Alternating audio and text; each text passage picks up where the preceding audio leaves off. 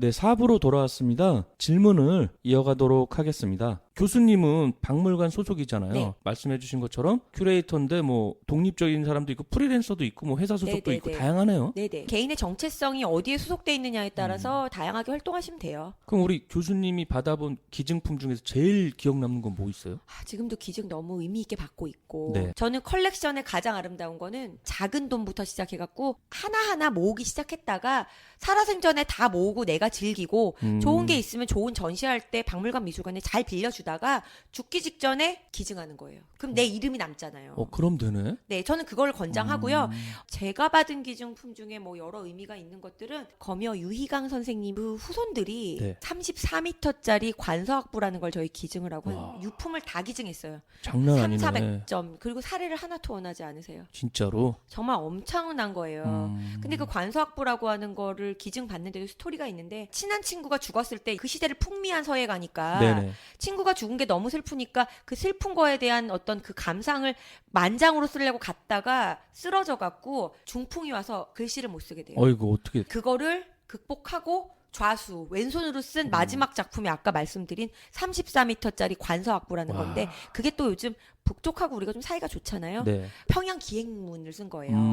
그게 그 34m짜리인데 제가 기억에 남는 기증이라는 건 그런 거예요. 그 선친의 뜻. 얼마 전에 그리고 추사 기증관이 있어요. 저희 네네. 국립중앙박물관 가시면 그 집안에서 세안도 하나만 지금 잠깐 남겨놓고 아버지 때부터 갖고 있던 걸 전부 다 기증을 했어요. 와. 1대 2대. 그러면 그 집안 멋있네. 아까 제가 말씀드렸었던 메디치 가문의 안나처럼 네. 이 집안도 살아남은 거고 우리 간송미술관도 어떻게 보면은 자신 사재를 다 털어가지고 박물관 만들었잖아요. 그러게요. 보성고등학교 집안.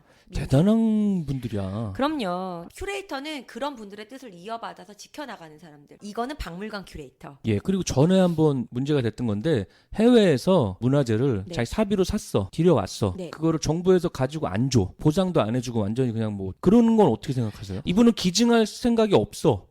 그게 도난문화재였을 가능성이 있어요. 네. 아마 적법한 절차라고 한다면 문화재라고 하더라도 개인 소장이 가능하고요. 우리나라의 국보 보물급들도요. 다 개인 소장들이 있어요. 다만 해외로 국보 보물이 되면 유출을 안 돼요. 유출은 안 되고. 사고 파는 건 돼요. 네. 유출이 안 돼요. 근데 그것도 아마 도난문화재였거나 뭐가 문제가 있는 것이었기 때문에 국가에서 그랬을 거예요. 법률적인 부분에서 다뤄야지 제가 말씀드릴 건 아닐 그렇죠. 것 근데 같아요. 불법이 아니니까 인터넷에 공론화가 됐겠죠. 그거하고 비슷한 거 있어요. 제가 네. 지난 8월 달에 아침마당에 출연을 해서 예, 해외 반출 문화재의 문제. 우리나라 부석사에 있는 대마도 불상 가지고 얘기가 났었어요. 왜냐면 네네. 도둑이 대마도에 가서 몰래 불상을 훔쳐와갖고 거래하려고 했다가 우리나라에서? 네, 잡힌 거예요. 근데 이 사람이 뭘로 이제 그 붐업을 일으켰냐면 일본에서 니들도 도둑질해 간 거 아니야? 그래. 그래서 돌려줘야 된다 말아야 된다 가지고 저희가 첨예하게 했는데 저는 어. 뭐였냐면 부석사에 놔둬야 한다 일본에 있는 관음사에 돌려줘야 한다였어요. 근데 저는 관음사에 돌려주는 건 일단 보류. 원래 갑자기 우리나라 거였고. 원래 우리나라 그것도 뭐냐면 애국자네, 어렸을 때 애국자. 정과 100범이 넘는 사람이고 그래요? 목적이 우리나라에 돌려주려고 갖고 온 게 아니잖아요. 팔아먹으려고 했던 거고. 그렇죠. 걸리니까 이제 네. 애국자 된 거네. 근데 이제 그거에 대한 문제들도 많아요. 반환을 할 것인가 말 것인가. 넌 죽을 때까지 관심 있는 것도 해외에 나가 있는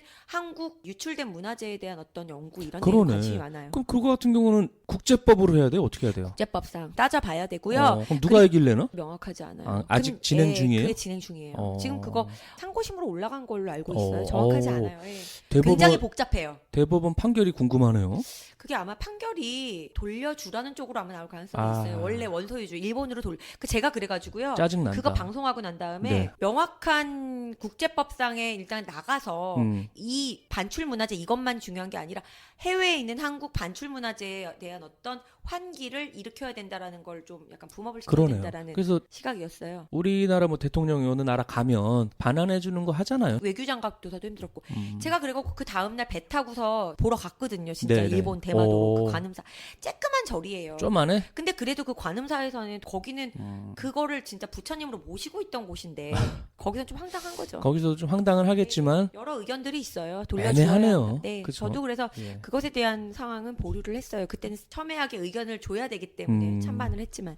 궁금하네요, 결과가. 알겠습니다. 그러면 박물관에 계속 계시면은 네. 주로 오는 사람들은 어떤 분들이에요? 미술 쪽 관심 있는 분들인가? 그런 분도 있고 저는 대학 박물관에 있기 때문에 학교에 뭐 학생들, 네. 연구자들 뭐 기획전 하면은 뭐 저희 홍보를 워낙 많이 해서 음. 다양하게도 오시는데요. 저 여기 있기 전에 원래 민속박물관에도 있었고 네. 또 박물관 미술관에도 있었어요. 근데 다양하네. 에피소드를 얘기 드리자면 재밌는 거 막. 저희 진짜. 옛날에 제가 성공미술관에 있었는데 네. 저 인턴 처음 시작했을 예, 때 예. 그때가 2002년도예요. 저희 미술관 바로 옆에가 축구협회였거든요. 아. 그때 빔 프로젝트 하나에 1,000만 원 하던 시기예요. 예. 그걸 도둑질 당했어요. 월드컵 보려고 누가 가져갔겠죠. 아, 경비도 있고 CCTV 있을 텐데 어떻게 훔쳐가? 그래도 그걸 저희가 못 잡았어요. 진짜로? 그래서 그때 저희가 미술관 버스 사가지고 야유회라도 가려고 했었는데 네. 그거 물어줬다라고 하더라고요. 그 돈으로. 아, 그거 버스- 모아놨던 돈으로 본고 살려고 했던 돈으로 빔 프로젝트 감 물어줬대요. 아. 그게 아마 작가분 거였나 뭐 그랬던 것 같아요. 도난부터 시작해갖고 별의별 경우 다 있고 이건 제 경우는 아닌데 제가 아는 그 제자 애가 있는 미술관에서는 애정행각 하다가 아, CCTV에서 걸려가지고 방송을 했대요. 미술관에서는 감상만 하셔야 합니다. 나가주세요. 막 이랬다고. 아, 진짜로? 키스 정도 했을까요? 그거 모르죠. 오. 저도 애정행각 했다 하더라고요. 하기야 참 그 관람을 해야지. 전 제일 왜 싫은 그래? 게 뭐냐면 엄마들이 애들 데려오는데 먹을 거나 이런 건 놔두고 들어가야 되는데 애들 뛰고 뭐하고 하는데 엄마들끼리 떠드느라고 애들이 손상되면은 죄송합니다 하고 가버리는 경우도 자기네 있대요. 왜 건드리면 또 싫어하잖아. 그거 근데 보험 안 들었을 경우에는 관람객하고 그런 부분들이 보험이 정확하게 안 되어 있다면 협약해갖고 또 우리 교통사고 난 거랑 똑같아요. 예전에 공룡 무슨 박물관인데 실제 뼈였어. 네. 근데 애가 툭 쳤는데 이거 무너졌어 좀. 네. 엄마가 애 데리고 막 도망가는 거 CCTV 잡혔거든요. 그 엄마가 물어내야 돼요? 그것도 아마 보험을 들었냐 아니면은 아. 그 관련 법상의 걸 가지고 면밀하게 따져봐야 돼요. 진짜. 너무 황당한 게 그냥 가더라고. 왜 보면 교통사고 나면 네. 저는 한문철 변호사님이라고 알아요. 예, 몇 대 몇 하는 거. 예, 그분하고 옛날에 아침마당 같이 해서 그 아. 지금도 한문철 TV 자주 나가서 이제 네네. 이런저런 얘기 그냥 말 얹고 하는데 거기서도 그분이 저 갖고 그렇게 막 오토바이 타고 나오는 큐레이터 막 말씀하세요. 근데 이제 뭐가 있냐면 교통사고도 어떻게 사고 났냐에 따라서 굉장히 그 몇 대 몇이 있잖아요. 네. 박물관 미술관에서 관람객과의 사고도 몇 대 몇이 있어요. 근데 그거는 저희가 판단하는 게 아니라 법률상의 면밀한데. 법률상 모나리자다 그럼 보험을 어마어마하게 들어놨을 거 아니에요. 그럼요. 근데 만약에 진짜 궁금한 건데 네. 큐레이터가 아무리 철저히 하고 네. 지식이 있겠지만 네. 의도치 않게 작품 정리하다가 그런 경우가 많죠. 자빠지면서 뭐 어떻게 커터칼로 그림 찢었거나 막 어디 뭐가 묻었어. 그럼 어떻게? 그래서 큐레이터 윤리 같은 게 저희가 칼 같은 거 안 갖고 들어가거나 낮은 고무미창 신발 아. 신고 들어가고 수장고에 혼자 안 들어가요. 서로가 서로를 의심합니다. 아, 서로 그러네. 감시해요. 어디 저기 은행에 돈 갈라 오는 직원들도 둘이서 돈가방 들고 가듯이 둘이 하네. 다 그렇게 해요. 그래서 제일 중요한 게 신원. 신원이 확실해야 되겠다. 네. 옛날 반지나 이런 거 쓱 넣어갖고 나오면 그거 안 끝장 되죠. 나지. 네. 그런 일 없었어요 한 번도? 저희는 그런 적은 없었어요. 그래. 아 있으면 재밌는데. 그래서 아까 말씀드린 전수조사. 근데 그게 전수조사. 재밌는 게 아니에요. 보는 입장에서 재밌을지 모르겠지만 특히 유물들은 우리가 주인이 아니잖아요. 미래 세대까지 전달해줘야 되는데. 궁금한 게 2만 점이래봐. 네. 박물관 원장이 와서 저기 전수조사 한번 하지 했어요. 그걸 요즘은 막 DB화 해요 다? 찍고 막 다? 데이터 다. 아 그럼 괜찮겠다. 네네. 두들겨서 검색하면 되니까. 아, 그리고 저희가요, 뭐가 있냐면, 전수조사라는 게 하루 만에 끝나는 게 아니라 오. 2달, 3달 걸려요. 그러겠네. 예, 면밀히. 그럼 완벽한 상태로 유지되면 좋은데 막 잘못되는 경우 있을 것 같은데. 그거는 이제 그래서 보존 처리가 필요한 거고요. 보존 처리. 아까 말씀드린 그 국립중앙박물관 지하 쪽 가시면 네. 거기서 일하는 보존 처리 전문가만 100명 가까이 될걸요? 볼만하겠다 그거. 어마어마해요. 예. 근데 요즘에는 그래도 옛날에 대충 했을 거 아니에요. 그 옛날에는 그렇죠. 그죠. 세분화 안 돼 있을 때는. 어제 뉴스 봤더니 정말 문화재 이런 거 복원하는데 막 시멘트 갖다 쓴대잖아. 오해하시면 안 되는 게 네. 시멘트가 일제강점기 때는 가장 최상의 보존 처리 맞아. 방식이었어요. 전문가 다르네. 거기서 그러더라고. 일하는 사람들도 억울하긴 하겠어. 그냥 매뉴얼대로 한 거라 이거야. 네네네. 그게 일제 시대 때부터 그렇게 했대요. 그래서 보존 처리의 기본도 뭐냐면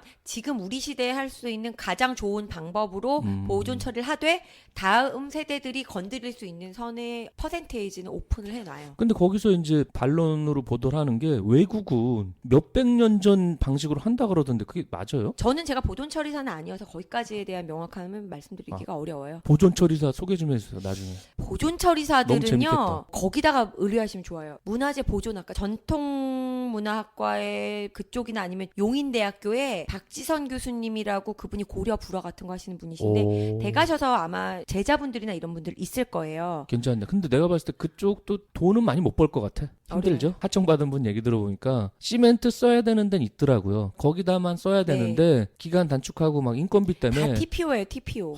안 써도 되는데 막 쓰는 거야. 네네. 그게 문제야. 하여튼 뭐 그러면 우리 교수님 큐레이터 한다 그러면 뭐 가족분들이나 친지들 뭐 주변 시선이나 대우는 어때요? 막 멋있다 그래요? 뭐 뭐라 그래요? 주변에서는 일단 사람들은요 멋모르고 멋있다고 하죠. 그죠? 전시하면요 3m 30짜리 사다리 타고 올라가서 뜨거운 조명 만지다 손 디인 적도 있고 팔에도 화상 뭐 당한 적도 있고 진짜 네임택 캡션 만들다가 손 잘라 먹을 뻔한 적도 있고 그러겠다. 뭐 맨날 청소부터 다 해요. 근데 만약에요, 궁금한 게요. 멋있게 해놨잖아요. 청소는 누가 해요? 그것도요 다양해요. 예를 들어 저희 박물관에 직원이 7명이니까 7개로 나뉘어지겠죠? 그렇죠. 혼자 해야 되는 데는 다 해야 되는 거고 아이고. 그 많은 데는 자기 일만 하면 되는 거고 청소하시는 분이 있는 데는 청소하시는 분이 하지만 제가 아는 친구가 있는 박물관은 2명이 있으니까 걔들이 화장실 막히면 뚫는 것까지 다 하니까 와, 어디 전시품만 하는 게 아니라 화장실까지 뚫어야 되네. 그거는 자기네가 고용된 데가 예산이 없으면 뭐 그렇게라도 해야죠. 그러니까 아니 그것도 일리가 있네. 어떤 전문 지식이 있어야지 그렇게 먼지라도 터는 거지. 행주나 걸레로 했다가는 안 작살 돼요. 나잖아. 예, 저희는 수장고 청소는 저희가 해요. 무조건. 그리고 수장고 소독 1년에 한 번 하고 전문 업체가 와서. 그럼 거기는 막 반도체실처럼 청정 지역이에요? 청정까지는 아니지만 전체가 다 오동나무로 쌓여 있고요. 그래서 비가 와서 만약에 물이 흐르면 오동나무 박스 밑으로 흘러요. 박스 인 박스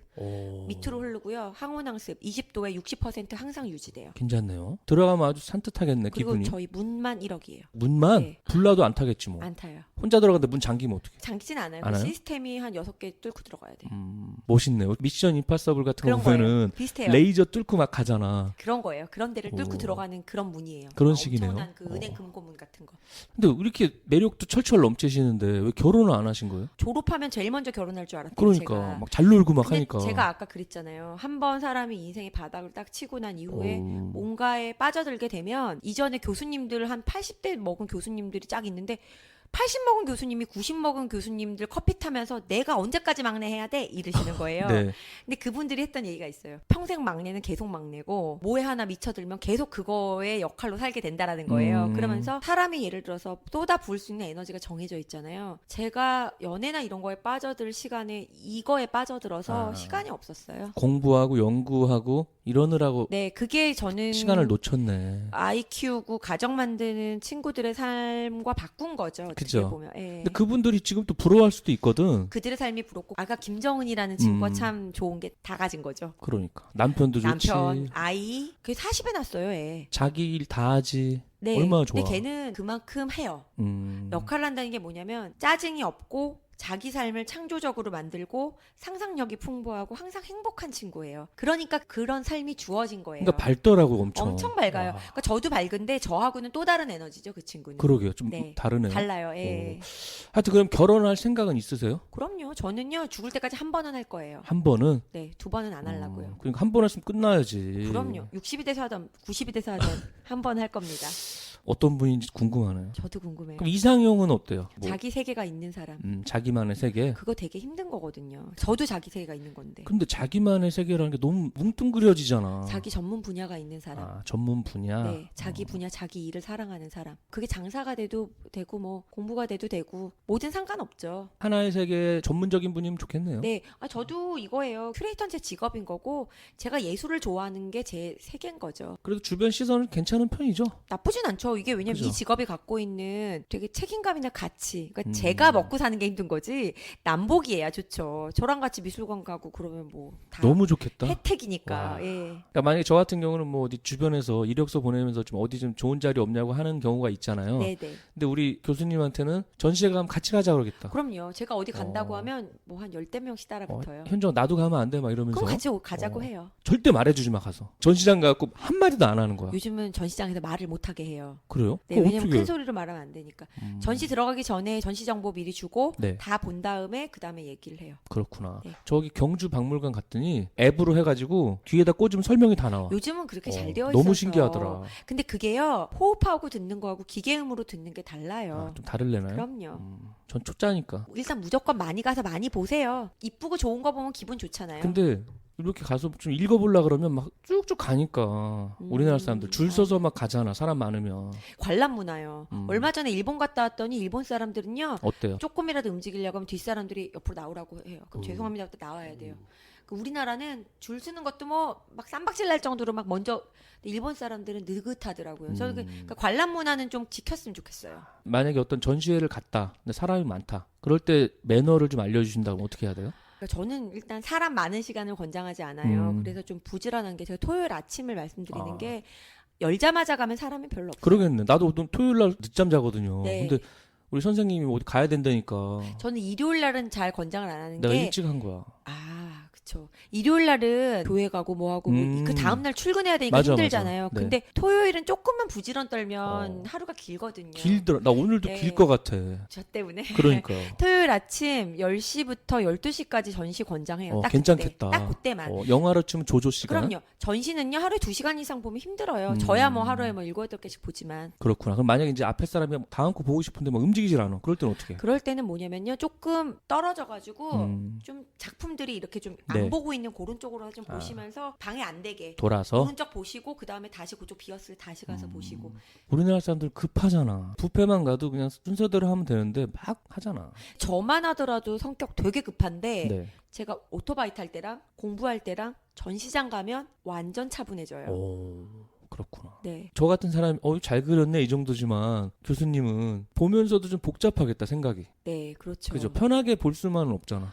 편하게 보는 제 기호도 있어요. 네. 예를 들어서 저는 뭐 좋아하냐면요. 말 그대로 열심히 그린 손맛 좋은 그림 좋아해요. 개인적으로는. 손맛. 손맛 좋은 그림. 눈맛, 손맛 많이 나오네 오늘. 맛이 그쵸. 그 맛이라는 게 일종의 기호니까. 저도 요즘 유튜브를 하는데 1,400명 정도 되는 단톡방에 들어가 있거든요. 네네. 전부 유튜브 관심 있는 사람들이야. 네네. 와, 그림 그리는 금손들이 너무 많더라고요. 그럼요. 근데 이제 그게 모두가 크리에이터는 될 수 있지만 네. 모두가 아티스트는 될 수 없어요. 근데 진짜로 완전히 이렇게 잘 그리냐 이런 사람도 근데 있더라니까. 그거는 이제 기교잖아요. 일종의 기술. 근데 제가 아까 말씀드린 제가 좋아하는 손맛이 좋은 그림이라는 건 손맛 안에 예술적인 철학이 들어가 있는 작업들. 약간 투박하고 좀 촌스럽더라도 그 사람만의 맛이 있는 예, 거네. 예. 그런 걸 좋아해요. 손맛. 네. 우리 한번 손맛 해봐야 뭐 어머니의 손맛이지 뭐. 그 어머니의 손맛이 최고의 손맛이죠. 그죠? 네. 알겠습니다. 그러면 손맛 나온 김에 요리하세요? 저 요리 좋아해요. 뭐 잘하세요 주로? 저 한식 조리 기능사 자격증 있어요. 진짜로? 네. 완전 그냥 최고의 신부감이네. 아니 그거 다 40 넘어서 딴 거예요. 40대까지는 안 했네 아무것도. 아무 공부만 했어요. 근데 그거 따기 쉬워요? 모든 자격증은 부지런하면 따요. 장사의 신이라고 제 카페 운영진인데 감성밥집 춘영 운영하는데 네. 시험 보면 이렇게 전문가들이 보면서 다닌다며요. 그날 컨디션도 따르겠네. 그럼요. 꽃도 그렇고요. 제일 중요한 건 이런 맞다. 시간 안에 완성해야 되는 거. 제일 잘하는데 그날만 또 막 헤맨 못하면 거야. 안 돼. 근데 그것도 실력이에요. 그래요? 그날 헤매더라도 합격하는 게 실력이죠. 미술도 그래요. 내가 오늘 기분이 별로고 힘들어도 박물관에 누군가가 왔을 때 평균적인 컨디션으로 누군가와 이야기할 수 있는 게 그게 전문가인 것 같아요. 그게 실력이겠네. 네. 뭘로 하셨어요 그럼 한식할 때? 그때 신선로 나왔었고 신선로. 그리고 뭐 나왔었더라? 작년에 봤는데 제가 그거를 땄던 이유가요. 제가 사실은 먹는데 별로 관심이 없어요. 여행 다니면요 그냥 빨리빨리 먹고 이동해야 돼요. 왜냐면 보러 다녀야 되거든요. 눈맛 때문에. 눈에 완전 집중돼 있으니까. 얼마 전에요. 우리나라 지금 작년이 고려 1100주년이었어요. 네네. 지금도 하고요. 대고려전이라고 열리고 있는데 우리 코리아란 말 쓰잖아요. 네네. 코리아. 고려 시대 때까지만 하더라도 개성이 세계 10대 도시나 마찬가지일 만큼 굉장히 다이나믹한 도시였는데 그 제가 말씀드리는 게 뭐냐면 대고려전이 1000주년을 못한 게 일제강점기에서 못했거든요. 근데 대고려전에 못 나온 작품이 하나가 있어가지고 그 소식을 들은 거예요. 용머리 8개 달린 정병 도자기가 지금 요번 전시 끝나면 안 나온다 해갖고 그거 보러 제가 비행기 타고 오사카 가갖고 그거 하나 보고 왔어요. 정말로? 좀 그런 식이에요. 그러니까 와. 오사카 가면은 다 뭐 먹어? 뭐 맛있는 거? 오마카세? 뭐 아니면 무슨 뭐 다코야끼? 오사카성 봤어? 다 그런 질문들인데 저는 뭐냐면 오로지 그 용머리 달린 정병 하나. 열정 대단하시네요. 저 아까 그랬잖아요. 관음사에 있는 그거 그러네. 대마도에 있는 거 보려고 근데 그건 뭐 새벽 기차 타고 내려갔다고. 법인카드도 아니고 사비로 하는 거 아니야? 사비로 하는 거죠. 와, 대단하시다. 전시 한 번 보면요 8번 10번까지 봐요. 왜냐면 감각에 새겨 넣으려고.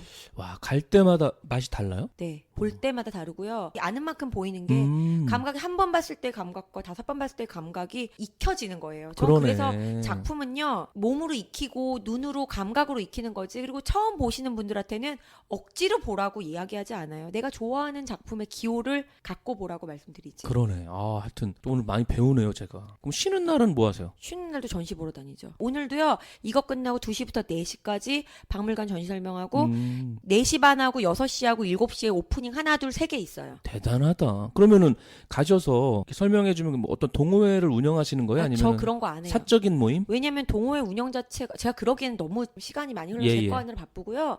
오늘 하는 거는 대학 특강이어가지고 이제 모아가 특강, 같이 가는 거고. 학생들. 네. 그리고 이제 사적인 목적으로는 잘 안 하는데 친구들하고 갈 때도 있고요. 아무나 가자고 해서 막 다 가지는 않아요. 그렇지. 예. 그리고 이제 보통 기업 특강이나 이런 데서 하자고 할 때 갈 때 있고, 오늘 오프닝은 제가 좋아하는 작가들 오프닝이니까 가서 응원해주고, 제가 왜냐면 미술 평론도 많이 하니까 그 작품에 대해서 서로 얘기를 주고받다 보면 저도 그 작가를 이해하게 되고 작가도 자신의 작품 세계에 어떤 걸 더 할 수 있으니까 그러네. 많이 보러 다니고 많이 같이 다녀요. 영화로 치면 뭐 VIP 시사회 이런 식이네. 그런 식인 거죠. 자기 오픈할 때 오셔서 이제 자리 네, 좀 빛내주고. 얘기해달라고, 네. 재밌겠어요, 인생이. 좋죠. 내일 아침에도 마르셀 뒤샹 전시 저희 조교들하고 같이 보러 가고. 전시가 있는 삶이네요. 거의 우리나라에 있는 모든 전시를 다 본다고 보시면 돼요. 그러니까 뭐냐면 개인전 같은 건 많이 못 보지만 네. 주요 기관에서 하는 전시들. 여러분들한테 제가 팁 하나 드릴게요. 국립현대미술관, 국립중앙박물관, 아모레 퍼시픽 뮤지엄, 그리고 자기가 좋아하는 몇 개의 공간들의 홈페이지를 즐겨찾기 폴더 안에 넣어두시고요. 점심시간 같은 때 2, 3분씩만 들어가서 눌러보시면 무슨 전시인지 나오잖아요. 아, 꿀팁이네. 네. 왜냐면 뮤움이라던가 아니면 그런 뭐 전시 관련된 포스팅 사이트들이 있는데 네. 전 사실은 그거보다는 주요 기관에서 하는 좋은 전시들을 일단 위주로 보고 왜냐면 그런 데는 돈을 많이 들이거든요, 전시에. 저희는 적게 벌어도 그런 좋은 기관은 막 전시 예산만 3억에서 5억이에요. 그럼 3억에서 5억짜리 전시를 내가 10,000원 주고 보고 어떤 전시는 공짜로 가서 보고 그리고 또 그거 있어요. 문화가 있는 수요일. 각 달의 마지막 달 수요일은요. 대부분 이런 문화예술기관이 공짜거나 저녁 늦게 9시까지 하거나 반값 뱅강 할인이에요. 대박이네. 문화가 있는 수요일. 꼭 기억하세요. 문화가 있는 수요일 무조건 마지막 가야겠다. 주 수요일. 그거 문화관광부에서 지정한 연극이나 그런 거 비싸잖아요. 네. 말레. 그런 거 다 반값이에요. 그날을 가야겠다. 그날 가야 돼요. 문화가 있는 수요일. 매월 마지막 주 마지막 수요일. 주 수요일. 꿀팁 감사합니다. 네. 그럼 취미는 뭐 스키, 뭐 전시회, 바이크인데 네. 요리는 아까 요리는 갖고는 있는데 잘은 안 하고 먹고 살려고 그냥 한번 해본 거고요. 그럼 나 너무 궁금한 게 혼자 사실 거 아니에요? 그냥 부모님하고도 왔다 갔다 하고 왔다 갔다 좀, 하고 예. 그럼 어머니가 막 반찬 해다 주시고 그러는 거네? 그렇기도 하고요. 저 고양이도 있고 또. 아 고양이도 있고 네. 저는 푸들 키우는데 저는요 납작한 초코라고 저 고양이 인스타 있어요. 고양이, 고양이 인스타. 전용 인스타? 네. 교수님 안 하고? 제 인스타도 있지만 고양이 인스타도 있어요. 따로 만드는 거예요? 네. 걔 친구들은 다 고양이에요. 진짜 재밌네. 네. 초코라는 고양이가 있어요. 보통 자기 인스타에다 이렇게 올리는데 따로 만들어줬네. 저랑 똑같이 생겼어요. 고양이가. 오, 납작해갖고. 꼭 볼게요. 이따 보여드릴게요. 예, 예. 네. 알겠습니다. 저는 좀 고집이 있어가지고 제 방송 출연한 분만 마팔하거든요. 그러니까 팔로우는 많은데 제가 팔로잉하는 사람 몇 명 안 돼. 그러니까 우리 딸이 맨날 놀리잖아. 아빠 무슨 너무 막 있는 척한다고 고집 세게 하고 있어요. 그렇게 하셔야 돼요. 절대 마팔 안 해줘요. 왜냐면 전문성이라고 하는 거는 진짜 철학인 것 같아요. 저도 그런 철학은 있어요. 왜냐면 마팔 처음에 해주니까 막 그런 분들 있잖아. 어린 분인데 뭐 외제차 해놓고 막 어디 재테크 하는 분, 비타민 파는 분, 뭐 이상한 분들이 많더라고요. 네네. 그래서 절대 마팔 안 해줘. 그런 분들은 제 거에는 들어오셨다가 나가요. 그냥 댓글만 달면 좋은데 마팔 해주세요. 그러면 바로 삭제. 그쵸. 알겠습니다. 가볼게요. 네. 지금 얘기가 너무 재밌어지는데 그럼 이쯤에서 4부를 마치고 5부에서 질문을 이어가도록 하겠습니다. 5부로 다시 돌아오겠습니다. 감사합니다. 방송에 광고를 하실 분들은 공식 이메일 주소 난잡스토리@gmail.com이나 공식 카카오톡 1:1 오픈 채팅방으로 문의해 주시기 바랍니다. 방송을 듣고 후원을 해주실 분들은 후원 계좌로 후원 부탁드립니다. 유튜브에서 윤재훈 검색 후 구독 신청과 알림 설정 부탁드립니다. 자세한 내용은 네이버에 있는 헤드헌터 윤재훈의 난잡한 이야기 공식 카페를 참고하시기 바랍니다. 방송을 듣고 나도 방송에 출연을 해보고 싶다 하는 분들은 언제든지 공식 이메일 주소 난잡스토리@gmail.com이나 공식 카카오톡 1:1 오픈 채팅방으로 신청 바랍니다. 출연 신청하실 때는 간단한 본인 소개, 직업 설명, 핸드폰 번호 등과 방송에서 사용할 닉네임 그리고 녹음 가능한 주말 날짜를 알려주시면 자세히 안내해 드리겠습니다. 네, 이것으로 헤드헌터 윤재홍의 난잡한 이야기를 마치겠습니다. 다음 회에도 새로운 직업 알찬 내용으로 찾아오겠습니다. 진행의 MC 윤재홍이었습니다. 감사합니다.